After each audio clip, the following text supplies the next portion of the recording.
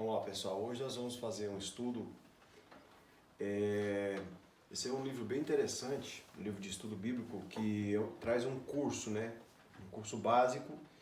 E na lição 14 está escrito o destino dos mortos. Mas nós vamos falar hoje o destino dos mortos. Vamos tratar do assunto também sobre consulta aos mortos, que é uma prática também bem usada.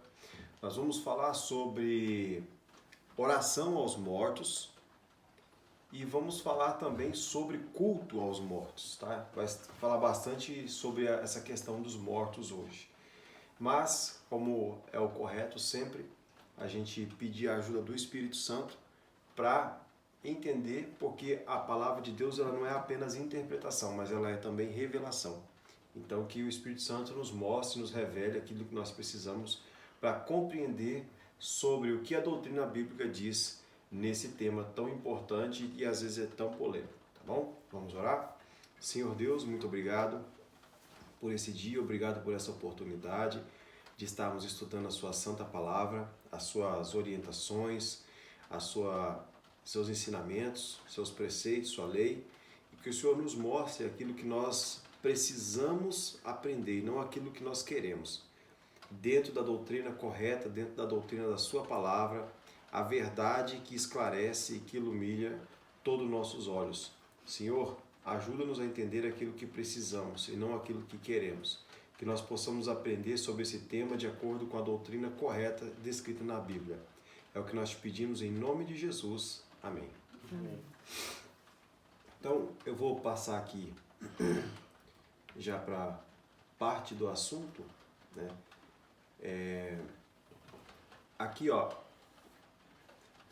traz uma frase de um filósofo, né? Eu não gosto muito de usar isso, mas é apenas para a gente compreender um pouco a visão do mundo em relação à morte e o que a Bíblia diz em relação à morte, né?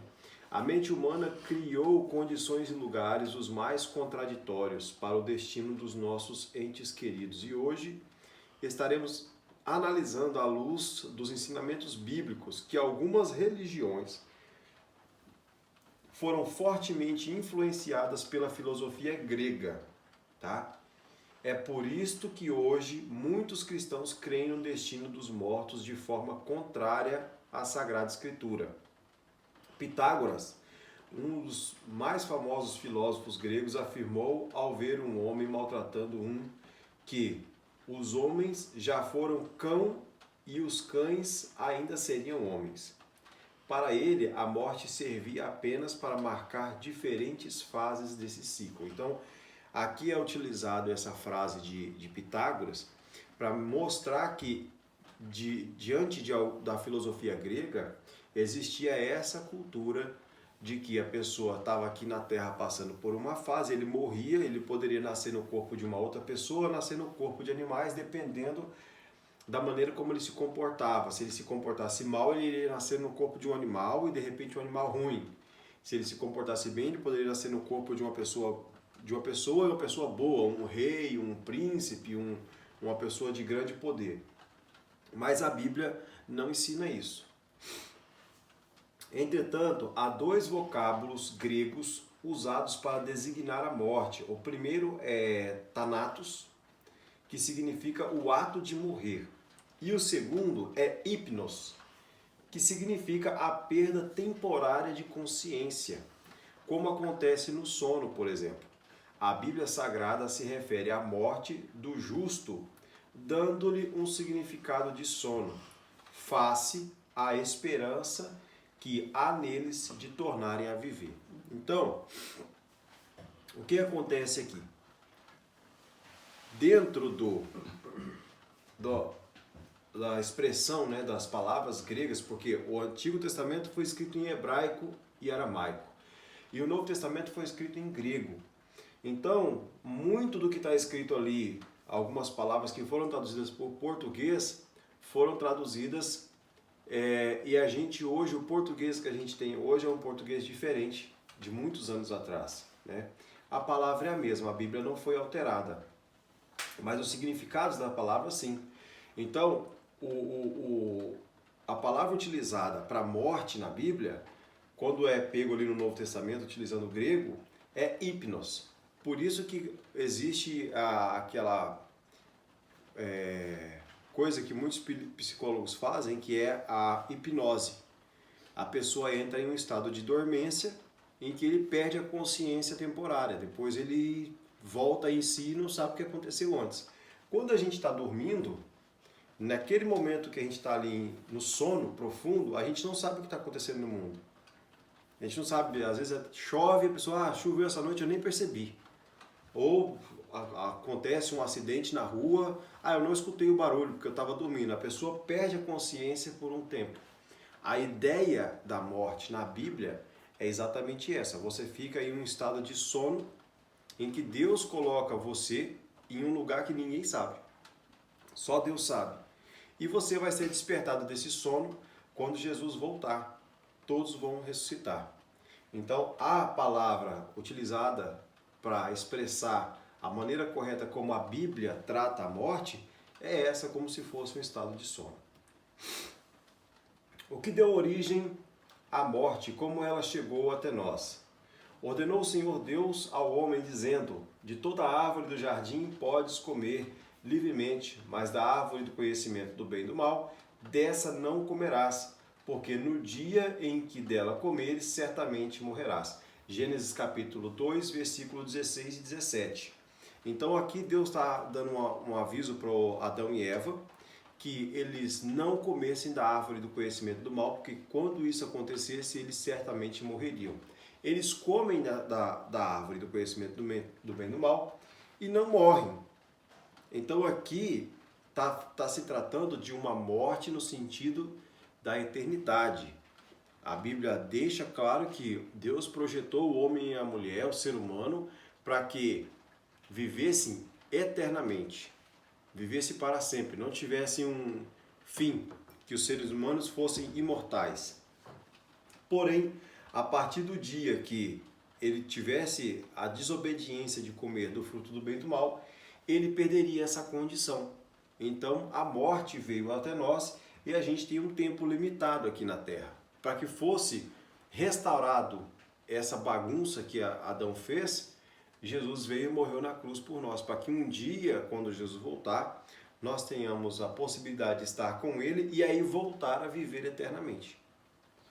Portanto, assim como por um só homem entrou o pecado no mundo, e pelo pecado a morte, assim também a morte passou a todos os homens, porquanto todos pecaram. Então a gente herda essa condição de pecado desde Adão. Por isso a necessidade de Jesus na nossa vida, para que nós tenhamos a vida eterna. Porque em pecado o ser humano não alcança a salvação, mas em Jesus nós alcançamos a graça e por meio da graça nós podemos ser salvos. Então, o que deu origem à morte e como ela chegou até nós? A origem da morte foi o pecado de Adão por ter comido da fruta, né, que Deus disse para que não comesse. Nesse caso foi a desobediência. A Bíblia diz que o pecado é a transgressão da lei. Deus estabeleceu uma lei para Adão e Adão transgrediu essa lei. Então houve consequência. A palavra de Deus diz que o salário do pecado é a morte. Então você cometeu o pecado e agora você vai receber o salário do pecado. A morte foi uma decisão do Criador ou uma escolha da criatura? O céu e a terra tomo hoje por testemunhas contra ti, de que te pus diante de ti a vida e a morte, a bênção e a maldição. Escolhe, pois, a vida, para que vivais, tu e a tua descendência, amando ao Senhor teu Deus, obedecendo à sua voz, e te apegando a Ele, pois Ele é a tua vida e o prolongamento dos teus dias.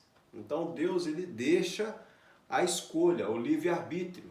Você pode morrer seguindo a Jesus, servindo ao Deus de Israel, ou você pode morrer vivendo uma vida de rejeição a Jesus, rejeitando o Deus de Israel. Mas isso vai trazer para você consequências. Vai trazer para você a vida e a morte. Nesse caso aqui, a vida eterna ou a morte eterna. a bênção ou a maldição. Então, a morte foi uma decisão do Criador ou uma escolha da criatura? A morte só chegou até nós, como nós conhecemos hoje a morte física, porque o ser humano escolheu desobedecer à palavra de Deus. E aí, como consequência, tudo que a gente planta, a gente colhe. Ele colheu a morte e a maldição. Por isso foi necessário a vida de Jesus para que ele se fizesse maldito por nós na cruz.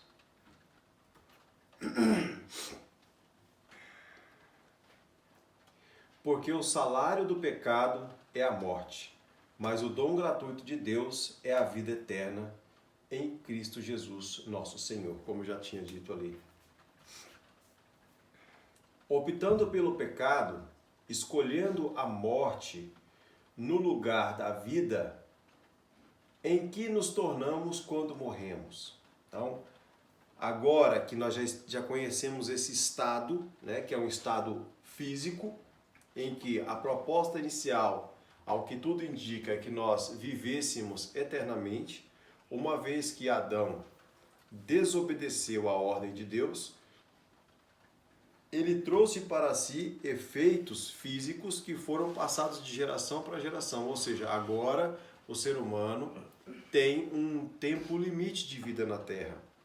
E para que ele possa ter vida eterna no reino espiritual, é necessário que ele anuncie Jesus como seu único e suficiente Salvador.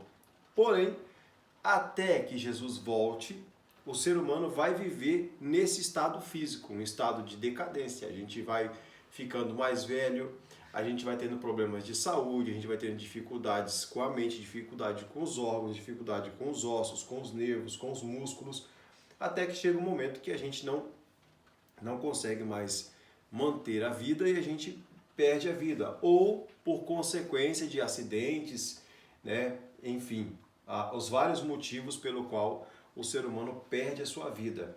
Mas agora que o ser humano não é mais imortal, que ele tem esse limite de vida, o que acontece quando nós morremos? A Bíblia diz assim, em Gênesis capítulo 3, versículo 19: do suor do teu rosto comerás o teu pão, até que tornes a terra, porque dela foste tomado, porquanto és pó, e ao pó tornarás. Então, o homem foi feito do barro, Deus pegou ali a terra, juntou, fez o boneco de barro. Inclusive, eu quero depois mostrar aqui uma coisa que é para tirar também uma confusão que existe em relação à composição do ser humano, né?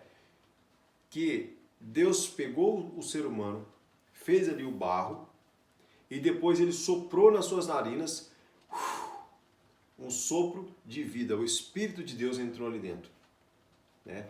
E aí, da mesma maneira como nós temos aqui, ó, vou mostrar aqui agora, o corpo, o sopro de vida igual alma vivente. Então, nós não somos corpo, alma e espírito, como muita gente diz, ou diz que a alma fica vagando por aí. Isso também é uma crença na mitologia greco-romana, que é a mitologia misturada entre os gregos e os romanos. Deus pegou o corpo, soprou o sopro de vida e o ser humano veio a se tornar uma alma vivente. Ou seja, assim como a mistura do amarelo com o vermelho origina no laranja, depois disso a gente não consegue mais desfazer o laranja, porque o laranja passa a ser uma essência. A essência do ser humano é a junção do corpo mais o sopro de vida. Então, a gente passa a ser uma alma vivente. Então, a Bíblia várias vezes ela vai relatar que lá quando a pessoa estava pregando a palavra de Deus, tantas almas se converteram. Quando fala de almas, está falando do ser humano, não está falando de um espírito que sai vagando por aí, como essas pessoas que creem em alma penada, por exemplo.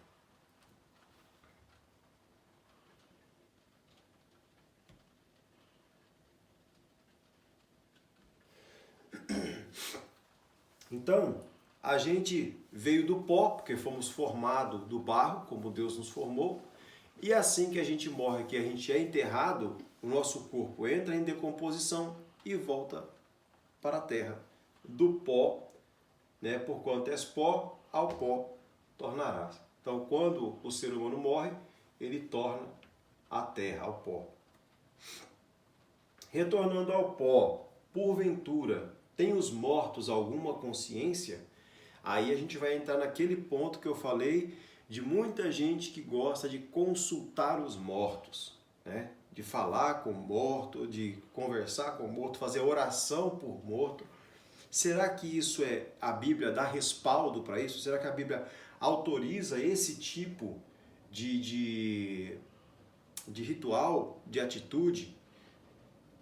Porventura, os mortos têm consciência? Será que se eu quiser conversar, por exemplo, com meu bisavô, com meu triavô, com meu pai, será que eu consigo fazer uma ligação, mandar um WhatsApp, mandar um e-mail? Será que se eu fizer uma oração, meu pai vai escutar e vai responder? Será que quem já morreu tem alguma consciência? O que a Bíblia fala disso?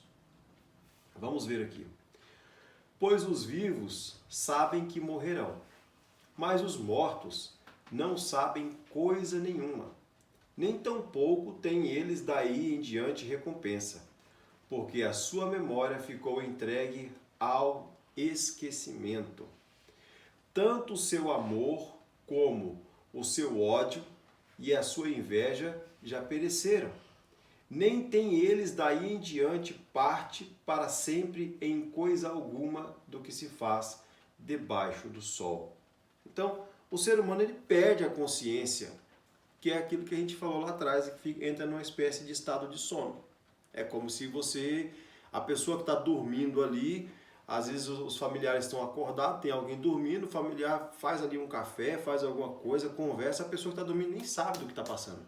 Então, a Bíblia ela decreta isso. Olha, mas os que estão mortos não sabem de coisa nenhuma. Quem já morreu não sabe se o Brasil foi campeão da Copa, se quem é que ganhou o novo cinturão do boxe, se quem é que está comprando nova fazenda, se não tem fazenda, qual é a marca de carro nova. Quem morreu não tem consciência de nada. Se a pessoa não tem consciência, a consciência dela não está ativa, quando você está em um momento de oração ou um momento de um ritual de consulta aos mortos, será que você está falando com o seu ente querido ou será que você está falando com uma entidade maligna?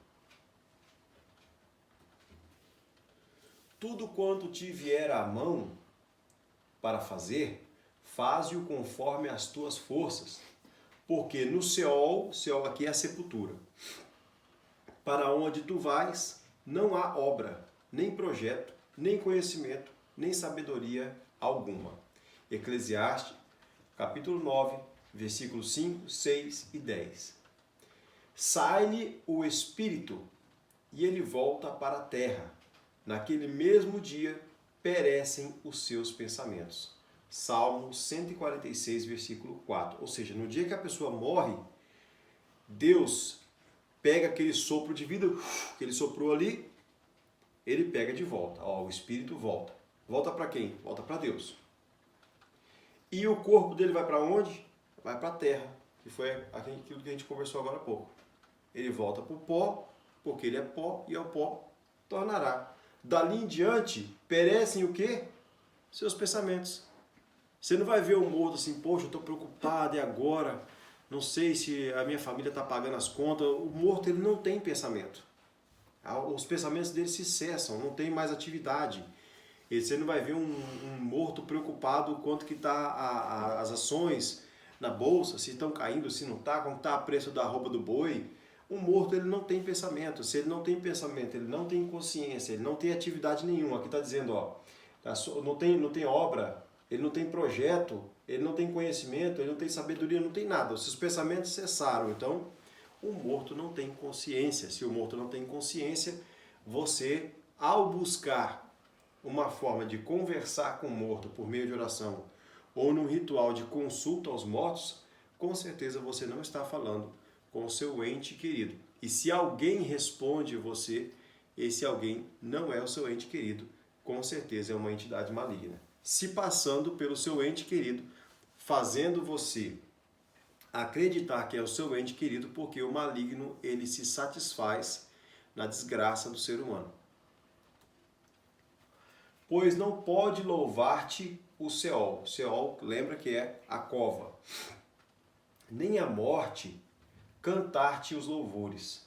Os que descem para a cova não pode esperar na tua verdade. O vivente é que te louva, como eu hoje faço. O pai aos filhos faz notória a tua verdade. Então, quando você vai, né, aqui é o livro de Isaías 38, capítulo 38, versículo 18 e 19. Para quem está ouvindo aí depois, pode acompanhar na Bíblia se quiser. Então, quando a gente vai para a cova, ali acabou. Não tem mais estudo bíblico, não tem mais culto, não tem dia de louvor, acabou. Todas as suas atividades cessaram ali, você não tem mais consciência, não tem mais nada. Você entra numa espécie de estado de dormência, de sono, em que você está esperando que Jesus volte para te despertar e você subir com ele aos céus e viver eternamente com Jesus na Nova Jerusalém, ou ser lançado no lago de fogo para aqueles que viveram sem Jesus e vão desfrutar da morte eterna. O que nos ensina a Bíblia Sagrada sobre o Espírito? É o fôlego de vida do homem. E formou o Senhor Deus o homem do pó da terra e soprou-lhe nas narinas o fôlego da vida. E o homem tornou-se alma vivente. Veja que o homem não era uma alma vivente. A partir do momento que Deus soprou o espírito de vida, é que o homem veio a se tornar uma alma vivente. Então, volta naquele desenho que eu mostrei lá, o amarelo mais o vermelho é igual a laranja. O corpo mais o sopro de vida é igual uma alma vivente. Gênesis capítulo 2, versículo 7.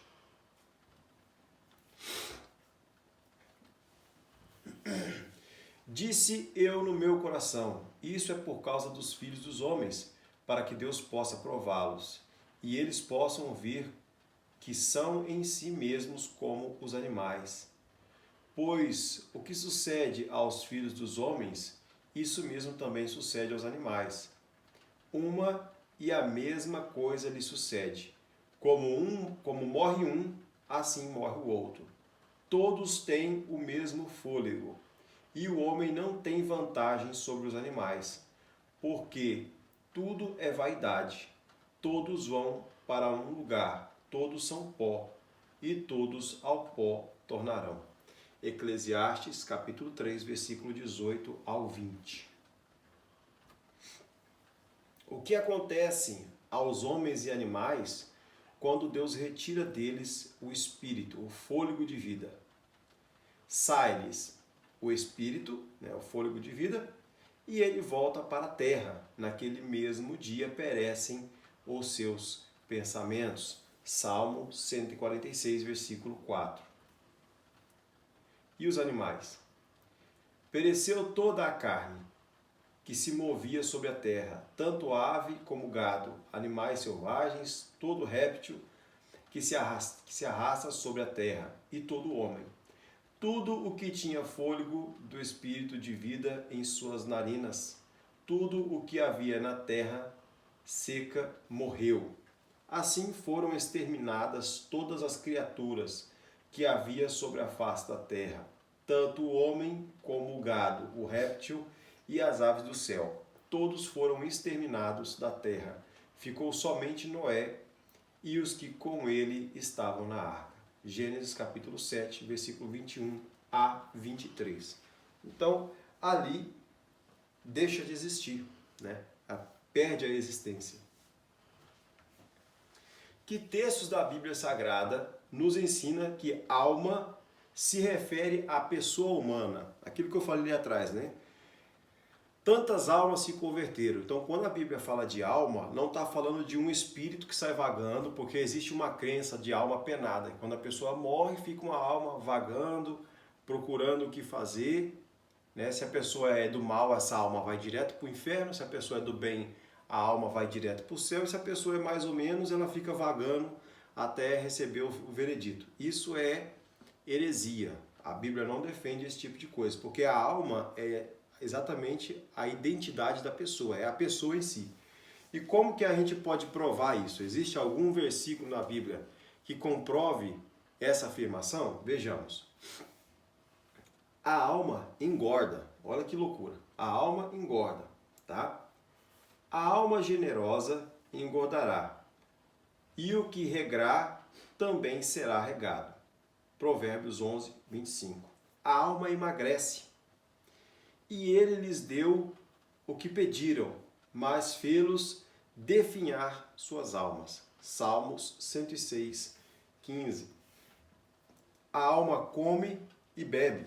Disse então: farei isto, derribarei os meus celeiros e edificarei outros maiores, e ali recolherei todos os meus cereais e os meus bens, e direi à minha alma: alma, tens em depósito muitos bens para muitos anos. Descansa, come, bebe, regala-te. Lucas 12, capítulo 12, versículo 18 e 19. A alma se converte. Veja bem. De sorte que foram batizados os que receberam a sua palavra.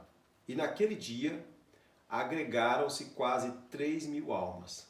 Atos capítulo 2, versículo 41. Então nós vimos aqui que quando se trata de alma, está falando de pessoa. Não está falando de um espírito que fica vagando ou que tem dentro da gente. Quando a gente fala de um espírito que tem dentro da gente, nós estamos falando do agir do Espírito Santo quando ele entra dentro do ser humano e ele passa a controlar a vida do ser humano, porque o ser humano deu abertura. A Bíblia diz que é o Espírito que convence do pecado, da justiça e do juízo. Então, quando a gente fala de Espírito, é nesse sentido, né? Ou do fôlego de vida, que é o Espírito de vida que Deus coloca no ser humano quando está formando o ser humano. Mas quando se fala de alma, está falando de pessoa. Quando Deus retira do homem o seu espírito, o fôlego de vida, ele volta ao pó, estando inconsciente. Desta forma, como vê Deus a suposta comunicação com os mortos? Aí agora nós vamos entrar no assunto, né?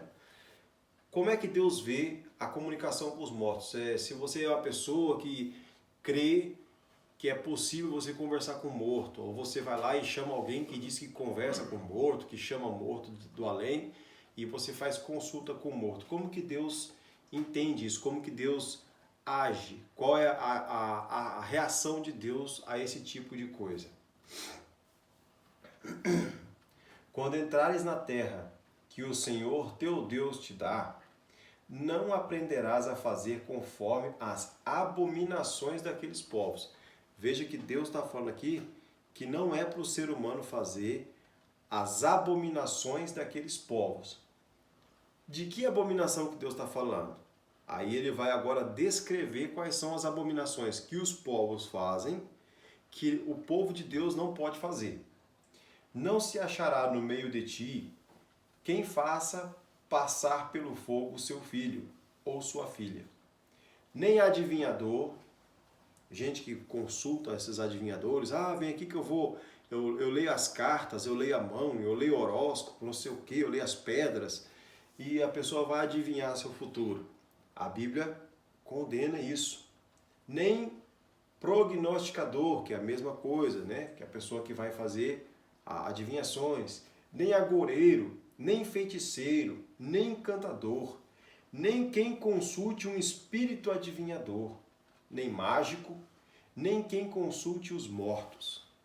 Pois todo aquele que faz estas coisas é abominável ao Senhor. E é por causa dessas abominações que o Senhor teu Deus os lança fora de diante de ti. Olha só, a Bíblia está dizendo que Deus lança fora. Você quer andar na presença de Deus ou você quer andar fora da presença de Deus? Deus está dizendo que as pessoas que fazem esse tipo de coisa, elas ficam fora da presença de Deus. E se você é uma pessoa que anda longe da presença de Deus e morre fora da presença de Deus, você morre sem salvação.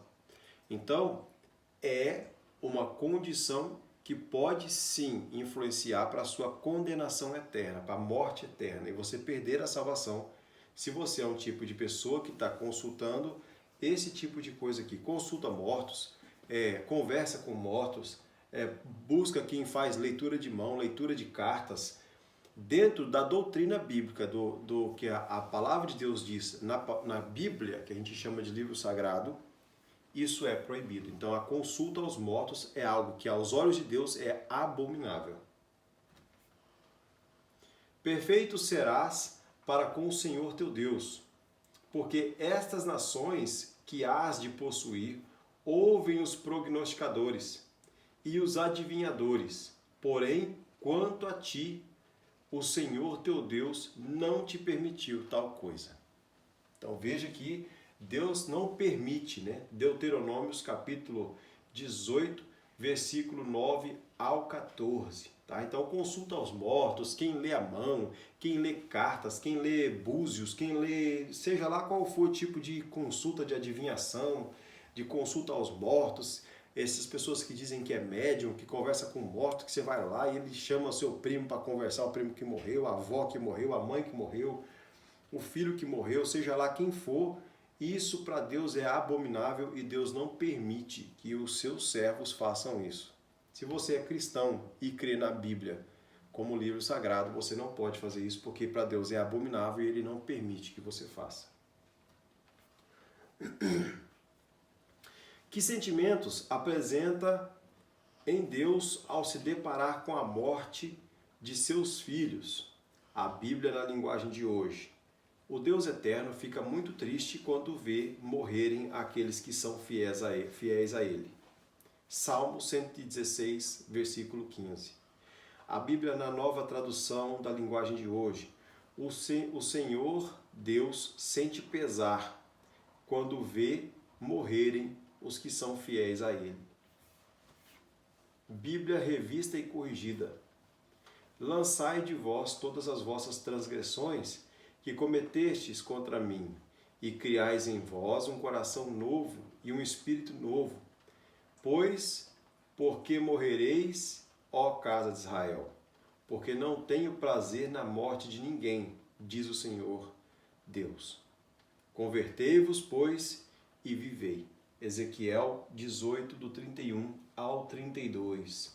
Então nós vemos que Deus, apesar de que Ele enviou Jesus para restaurar e restabelecer a ordem das coisas, ainda assim Deus fica triste com a morte do ser humano, porque é sempre uma lembrança de que em algum momento Adão desobedeceu a sua ordem e preferiu não ter a vida diante de Deus, porque a Bíblia diz que Adão andava com Deus no jardim. Ele não só falava com Deus, Deus respondia, mas ele andava lado a lado com Deus, ele tinha comunhão íntima com Deus e ele decidiu abandonar tudo isso por conta de um prazer momentâneo. Então, toda vez que o ser humano morre, é um lembrete de que em algum momento a humanidade decidiu, rejeitar os conselhos de amor que Deus tem pelo ser humano. Então Deus, ele fica triste com a morte dos que são fiéis, apesar de que na volta de Jesus eles vão se reencontrar com Deus na Nova Jerusalém. Mas isso entristece o coração de Deus. Diante da tristeza que a morte proporciona, que promessa fez Deus visando a alegria dos seus filhos? Deus fica triste, porém Deus fez uma promessa. Olha, eu fico triste com a morte de vocês, mas eu prometo uma coisa. Que promessa é essa? Não vos admireis disso, porque vem a hora em que todos os que estão nos sepulcros ouvirão a sua voz e sairão. Os que tiverem feito bem para a ressurreição da vida, e os que tiverem praticado mal para a ressurreição do juízo. João, capítulo 5, versículo 28 e 29. Então, aquilo que eu disse lá atrás, para quem vive de acordo com os princípios bíblicos, com a graça de Jesus, esse vai conhecer a vida eterna. Para aqueles que rejeitam a Deus, esses vão conhecer a morte eterna. no momento, num abrir e fechar de olhos, ao som da última trombeta, porque a trombeta soará e os mortos serão ressuscitados incorruptíveis, e nós seremos transformados. 1 Coríntios capítulo 15, versículo 52. Porque o Senhor mesmo descerá do céu com um grande brado, à voz do arcanjo, ao som da trombeta de Deus, e os que morreram em Cristo ressuscitarão primeiro. 1 Tessalonicenses capítulo 4, versículo 16. Então, o que nós temos aqui é que Deus, apesar dos pesares, que a morte veio ao ser humano, né? Nós sabemos que um dia Jesus voltará e restabelecerá a ordem das coisas e nós conheceremos a eternidade uma nova vez. E para fechar aqui agora a questão do nosso estudo, esse assunto aqui eu já falei, do culto aos mortos, né? É bíblico. De onde surgiu, né? Antes de começarmos a falar do culto aos mortos, vejamos o significado da palavra culto. Então, o que significa a palavra culto? Né? No latim, constitui-se de um conjunto de atitudes e rituais através do qual um grupo de fiéis adora determinadas divindades. Então, dentro da origem latina, no latim, o que significa culto? Um grupo de gente que se ajunta, um grupo de fiéis, para adorar determinadas divindades. No hebraico, é avod, que significa essa palavra culto, né? É a palavra usada para o termo adorar, que significa trabalhar, serviço, né? Então, também traz a ideia de adoração. E na origem grega, a palavra culto, ela vem de latreia, que em geral significa qualquer serviço ou ministério, serviço a Deus, serviço de adoração a Deus, realizar serviços sagrados, né? Então a gente tem aí esses significados, tá? Como vimos, a palavra culto está relacionado a algo que envolve rituais espirituais, veneração ao sagrado, invocação à divindade, busca de conexão espiritual por meio da adoração. Portanto, culto aos mortos determina que a pessoa que participa desse ritual está prestando adoração a um ser humano e não apenas isso, como um ser humano morto. Tá? Então, o culto ao morto, ele traz essa ideia de que você está prestando adoração a alguém que já morreu.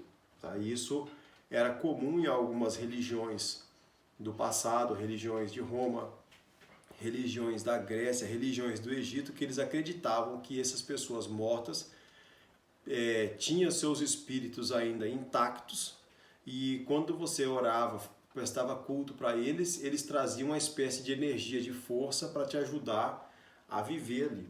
Então, muita gente acaba trazendo isso para dentro do cristianismo e é antibíblico. Tá? A Bíblia não permite você prestar culto aos mortos.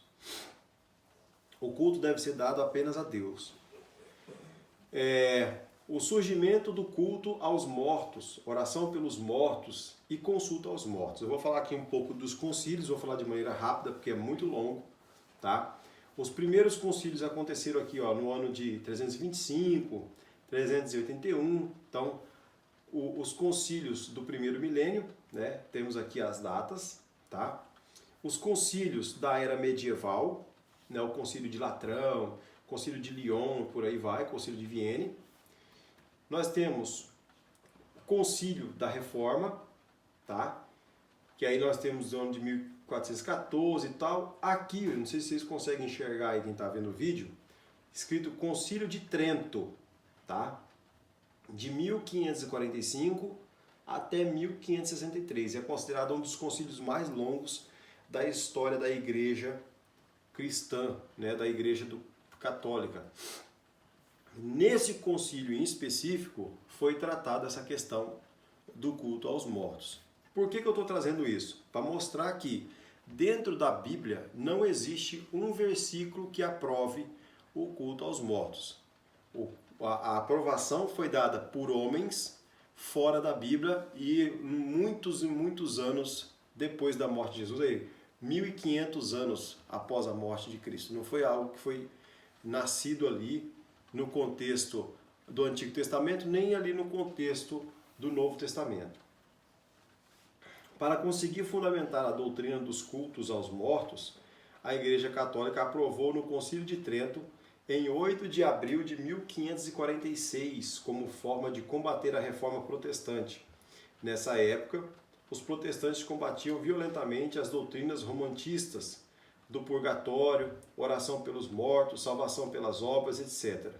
Os romantistas viam nos apócrifos base para tais doutrinas e apelaram para eles, aprovando-os como canônicos. Então, uma outra coisa, os livros da Bíblia são 66 livros, tá?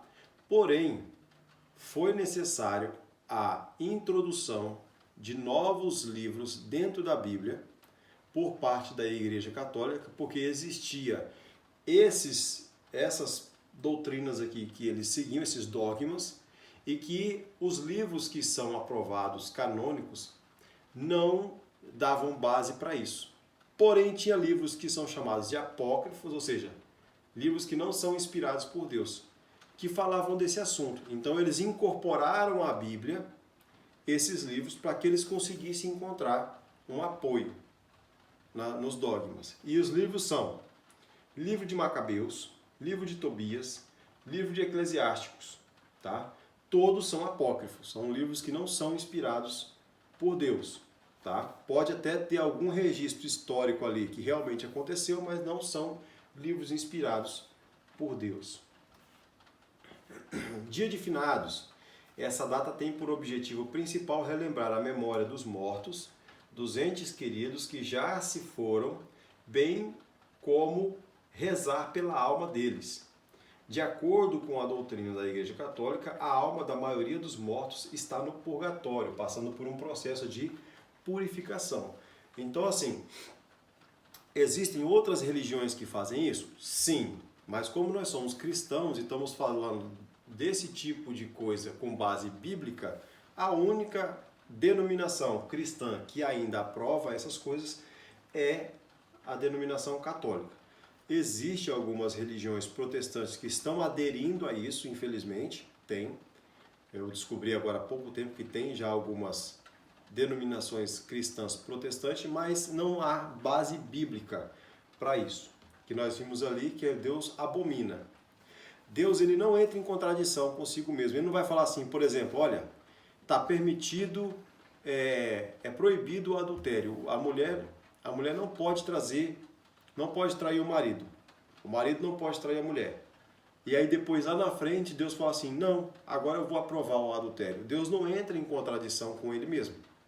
Ele não pode aprovar uma coisa aqui e proibir lá na frente. Ele não pode proibir aqui e aprovar lá na frente. Ele não vai entrar em contradição consigo mesmo. Deus não pode dizer ali, eu abomino quem faz consulta aos mortos. E depois ele falar assim, eu aprovo consulta aos mortos. Alguma coisa aí não está batendo. Tá? Então, esses livros não são inspirados por Deus. Eles servem como registro histórico para algumas coisas. Por exemplo, a festa de Hanukkah, ela é comemorada até hoje pelos judeus. Ela está registrada no livro de Macabeus. Jesus comemorou Hanukkah. Só que o livro de Macabeus não é um livro inspirado por Deus. Ele é um livro que traz registros históricos reais. Tá?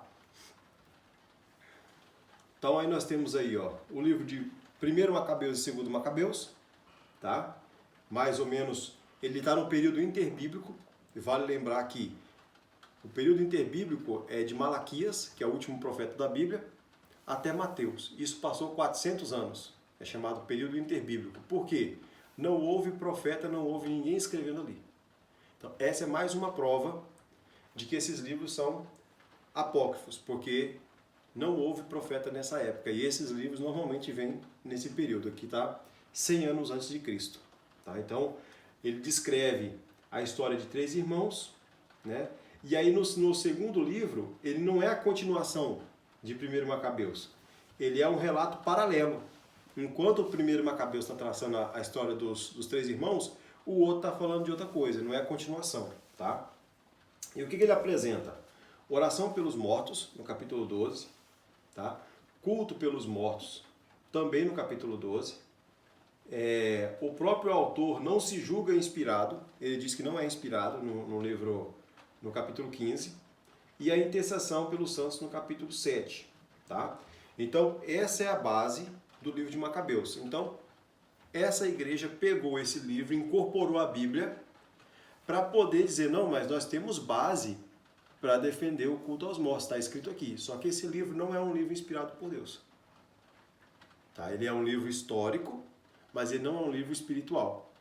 Ele é um livro apócrifo, porque ele vai fazer Deus entrar em contradição. Deus está dizendo, eu abomino quem faz consulta aos mortos. Aí aqui vai falar assim, não, eu aprovo quem faz consulta aos mortos. Pai, não faz sentido. Deus não vai entrar em contradição com ele mesmo. Ele é santo, ele não comete erros. A gente sim, Deus não. Olha só, no livro de Apocalipse, o que está escrito? Porque eu testifico a todo aquele que ouvir as palavras da profecia deste livro, que se alguém acrescentar alguma coisa, Deus fará vir sobre ele as pragas que estão escritas neste livro. E se alguém tirar quaisquer palavras do livro desta profecia, Deus tirará a sua parte da árvore da vida e da cidade santa, que estão escritas neste livro. Apocalipse capítulo 22, versículo 18 ao 19. Ninguém pode acrescentar um livro novo à Bíblia, ou não pode tirar. Eu vou retirar aqui, igual tá algumas pessoas falando sobre a questão do homossexualismo. Vamos retirar isso aqui da Bíblia, porque isso aqui é ultrapassado. Você não pode nem acrescentar, nem retirar nada da Bíblia. Quem fizer isso vai responder no juízo final e vai ser lançado no lago de fogo. Então, esses livros aqui, que eu citei, são livros que são históricos, tem muita fantasia, mas também tem muito registro que realmente aconteceu. Mas não são livros inspirados por Deus. Porque tem muito conteúdo que está ali que entra em confronto com a palavra de Deus. Faz parecer que Deus é contraditório, que Deus fala uma coisa e depois fala outra. E a Bíblia diz que Deus não é homem para que minta, nem que para que volte atrás da sua palavra. Deus não comete erros. Tá?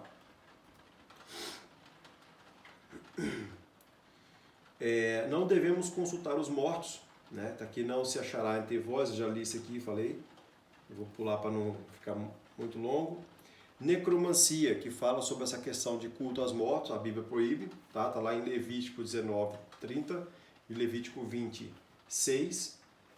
E olha que interessante, se a consulta aos mortos, o culto aos mortos, fosse uma coisa aprovada por Deus, Saul não teria cometido pecado.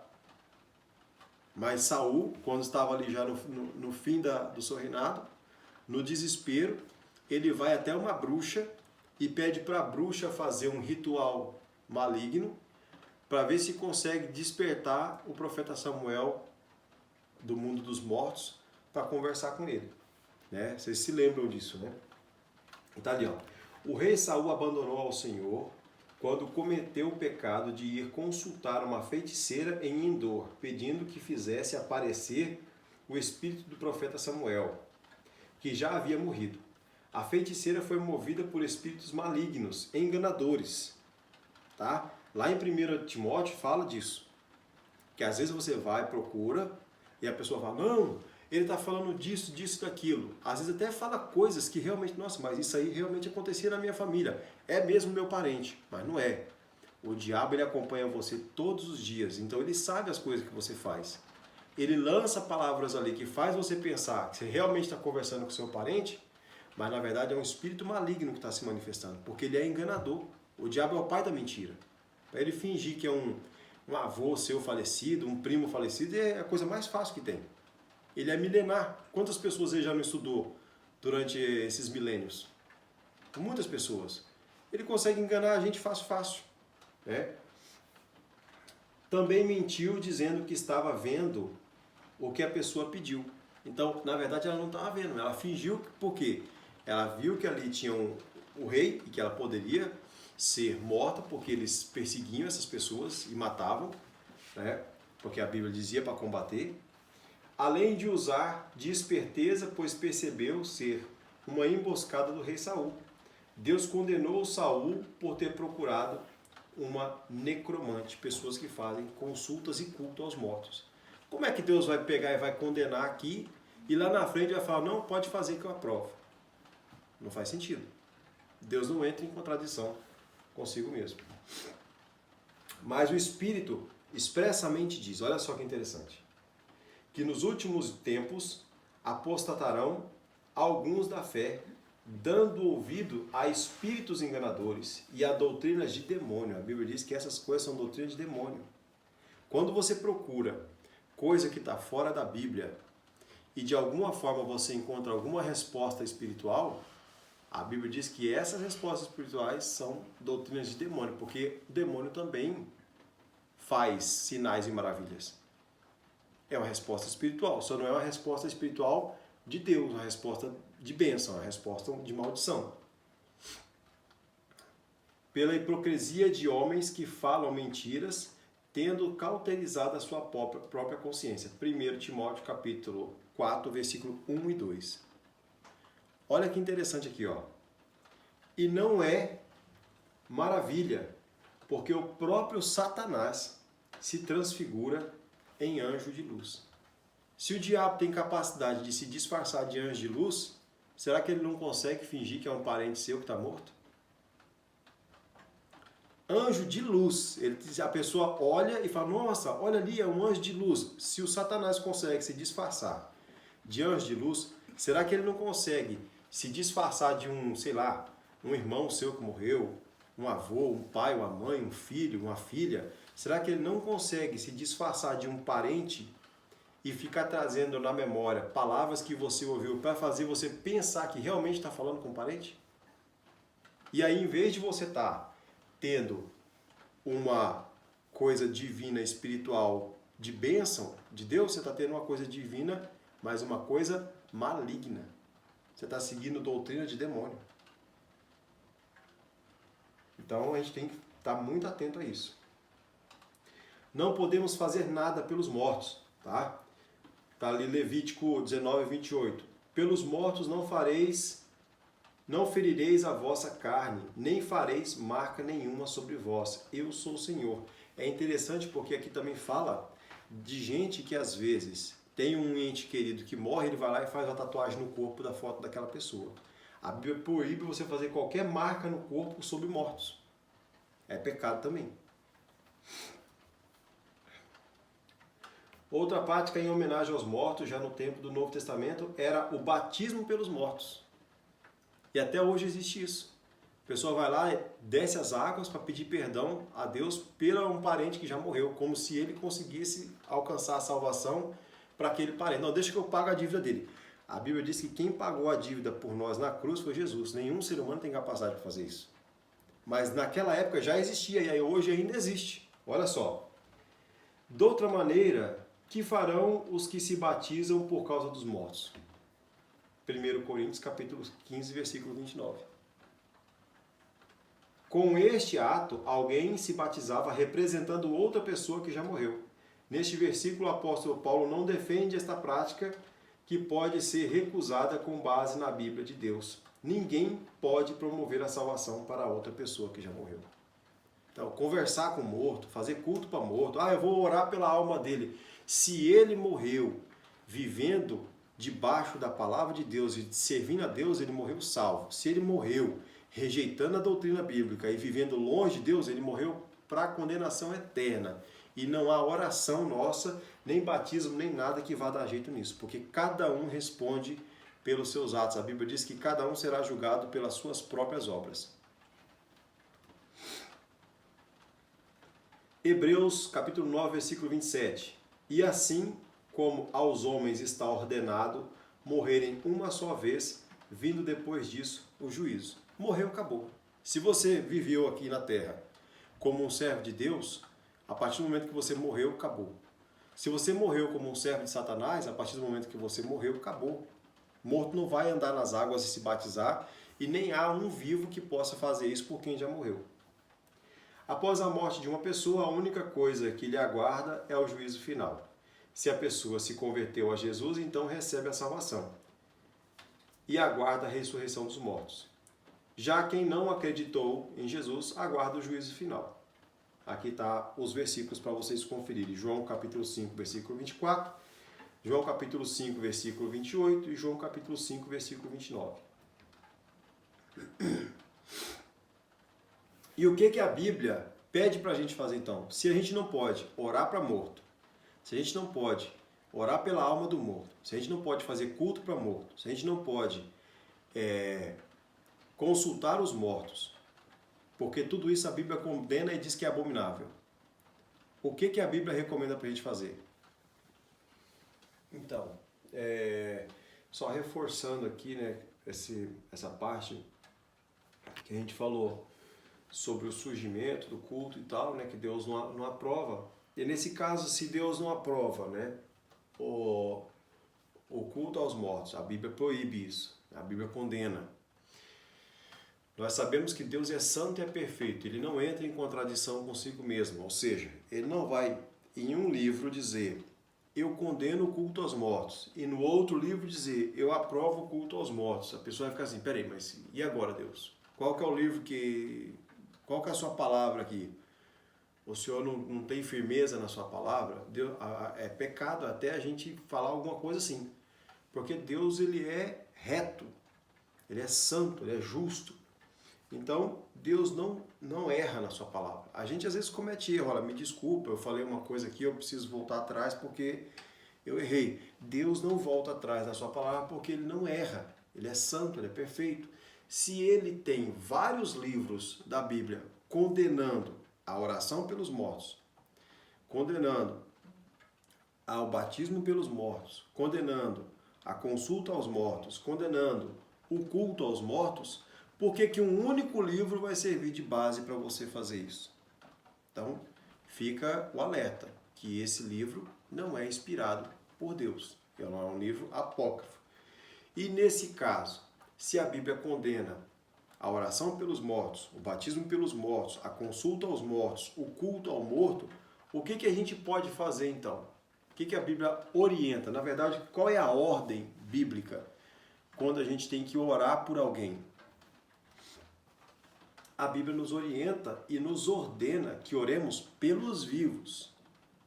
Se você tem sei lá, vou inventar aqui uma situação. Se você tem sei lá, um avô que ele está enterrado até a alma sobre o vício no alcoolismo, você tem que orar pela conversão dele, para Deus libertar ele do alcoolismo enquanto ele está vivo. Depois que ele estiver morto, não tem mais oração que dê jeito. Se você tem uma pessoa da família que está viciada em jogos e a Bíblia condena os jogos de azar, você tem que orar para Deus libertar essa pessoa enquanto ela está viva. Se ela está viciada em drogas, se ela é uma pessoa envolvida com assassinato, com roubo, seja lá o que for. Qualquer coisa que você precisa fazer em oração por essa pessoa deve ser enquanto essa pessoa esteja viva. Depois que acabou, a Bíblia diz que a pessoa está aguardando o juízo. Não há mais nada que você possa fazer.